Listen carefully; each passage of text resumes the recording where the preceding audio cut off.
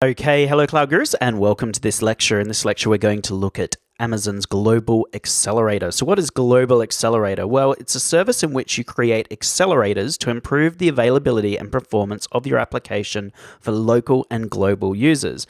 And Global Accelerator directs traffic to optimal endpoints over the AWS global network. And this improves the availability and performance of your internet applications that are used by a global audience. By default, Global Accelerator gives you two static IP addresses that you associate with your accelerator. And alternatively, you can bring your own IP addresses. Let's go over to the AWS website and have a look at a diagram. Okay, so I'm on the AWS Global Accelerator landing page, and here you can see how it works. So you've got your user, and you've got traffic from your user's clients is being sent to the AWS Global Accelerator, and it's going via an edge location. So your user's traffic enters the AWS network at the closest edge location, and then AWS Global Accelerator directs traffic to the optimal endpoint based on proximity to the client, as well as health, and then endpoint weights. And we'll cover this all off in a few slides.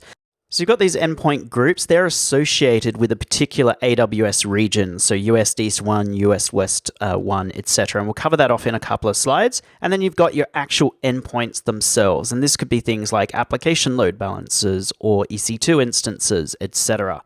And so in terms of how it's better, I mean, this is the way you would access the website without Global Accelerator. So you've got your users, they're using their local ISP, and essentially it's using DNS to resolve a domain name. It's going across a whole bunch of different ISPs and backbone networks. It's all routed using BGP.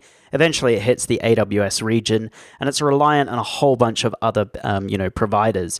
With Global Accelerator, you've got your users. They then connect to the AWS nearest edge point, which goes straight into the Global Accelerator and goes over Amazon's backbone network. So you're using the Amazon or the AWS network. So it's a lot more efficient than going across multiple ISPs, across multiple countries, etc.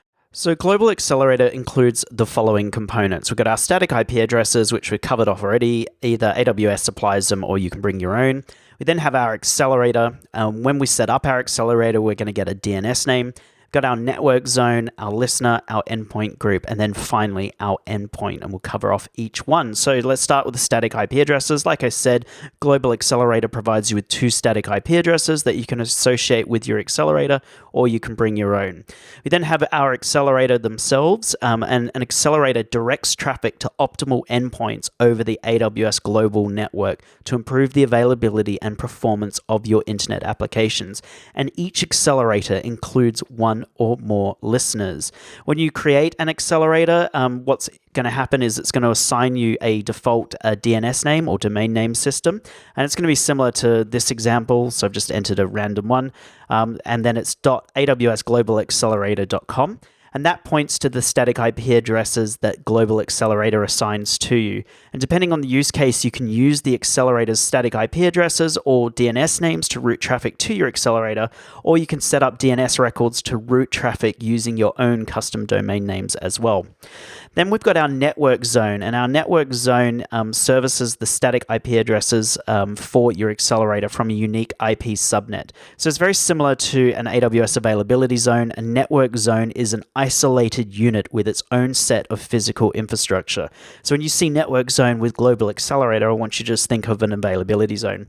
And when you configure an accelerator by default, Global Accelerator allocates two IPv4 addresses for it. If one IP address from a network zone becomes unavailable due to IP address blocking by certain client networks or network disruptions, client applications can retry on the healthy static IP address for the other isolated network zone. So if you lose one network zone, you can use the other IP address in another network zone. We then have our listener. A listener processes inbound connections from our clients to Global Accelerator based on the port or port ranges and protocols that you configure. And Global Accelerator obviously is going to support TCP and UDP protocols. And each listener has one or more endpoint groups associated with it, and then traffic is forwarded to the endpoints in one of the groups. and you associate endpoint groups with the listener by specifying the regions that you want to distribute the traffic to. And then traffic is distributed to optimal endpoints within the endpoint groups associated with the listener. And if this doesn't make a lot of sense to you, don't worry, we're going to cover this off in a lab in a couple of seconds. Our endpoint groups is, each endpoint group is associated with a specific AWS region, so it might be US East 1, US West 1, etc. Endpoint groups include one or more endpoints in the region, and you can increase or reduce the percentage of traffic that would otherwise be directed to an endpoint group by adjusting a setting called the traffic dial. If you have 100% traffic on one endpoint group, then 100% is going to go to that endpoint group. You might have 60% on one endpoint group and 40% on another, and these are traffic dials that you set, and that means 60% will go to one endpoint group, 40% will go to another endpoint group. The traffic dial lets you easily do performance testing or blue-green deployments testing for new releases across different AWS regions. And then we've got our endpoints, and our endpoints are simply things like network load balancers, application load balancers, EC2 instances, or elastic IP addresses. And an application load balancer endpoint can be internet-facing or it can be internal.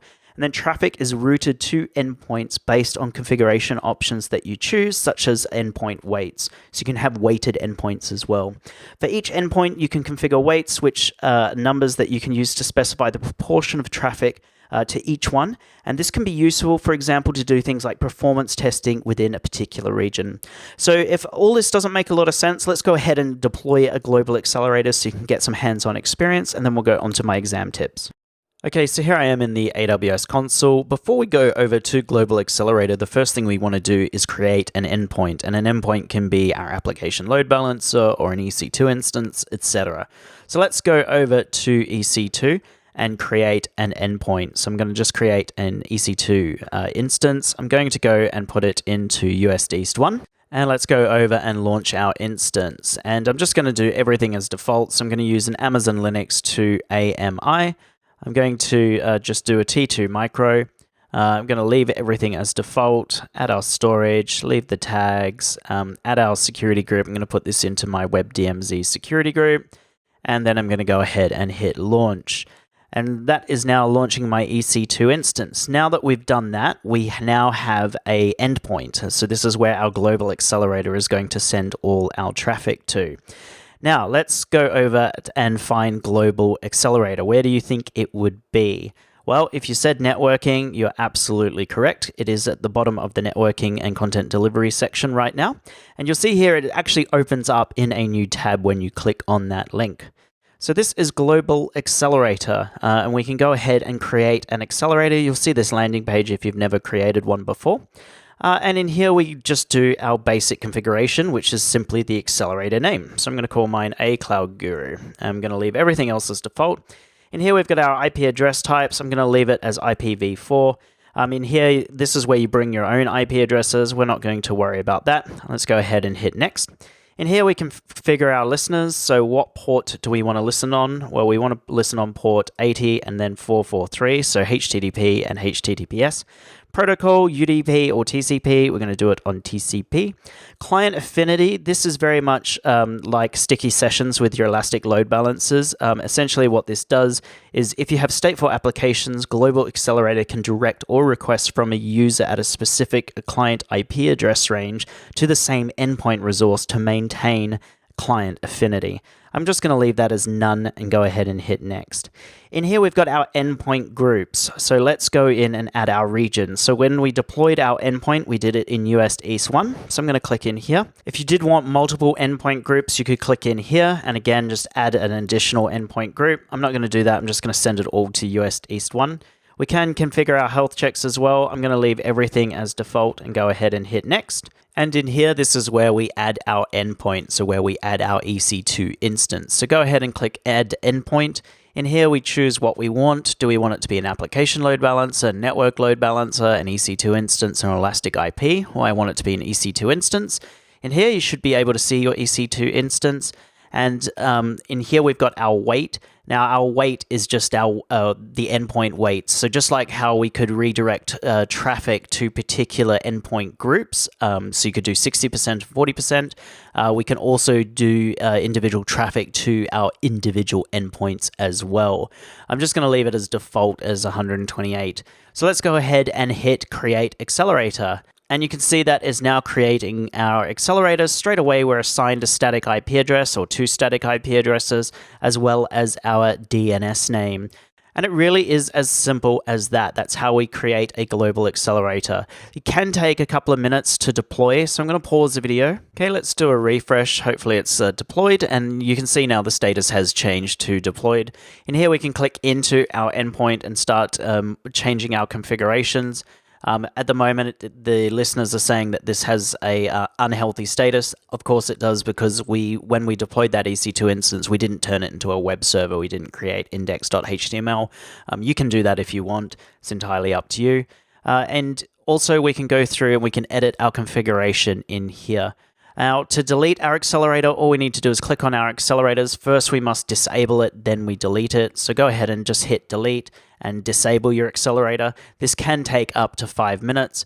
I'm just going to pause the video, wait for it to be disabled. So my accelerator has now been disabled, and all I need to do is type in delete in here to go ahead and delete it. And there we go. It is now being deleted. If you go in and refresh it, you'll see that it says in progress, and then eventually it will disappear. Let's go over to my exam tips.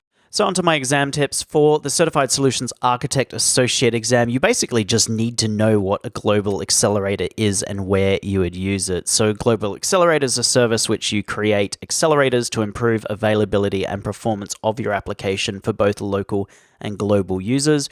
Remember that you always assign 2 static IP addresses, and alternatively, you can bring your own. And then you can control the traffic using traffic dials, and that's what we did in the lab, and that is done on the endpoint group itself. And you can also do traffic weighting on individual endpoints as well, so it's very highly configurable. So that is it for this lecture, everyone. If you have any questions, please let me know. If not, feel free to move on to the next lecture. Thank you.